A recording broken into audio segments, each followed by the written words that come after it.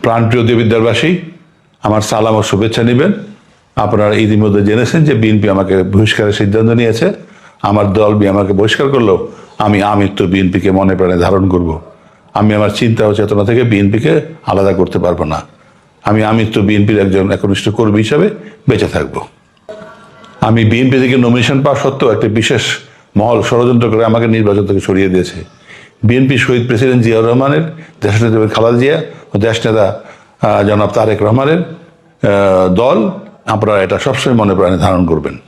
তাই দেবিদ্বার বিএনপির আপামর কর্মী ও সমর্থকদের বৃন্দের প্রতি আমার আবেদন, যেহেতু আমার অবর্তমানে বিএনপি তার ট্রাক মার্কার প্রার্থীকে সমর্থন দিয়েছে, সেহেতু আপনারা সবাই ট্রাক মার্কার প্রার্থীকে জয়যুক্ত করে সমর্থন দিবেন এবং তাকে ভোটের মাধ্যমে জয়যুক্ত করে এই কুমিল্লা 4 আসনে দেশনেতা জনাব তারেক রহমানকে উপহার দিবেন।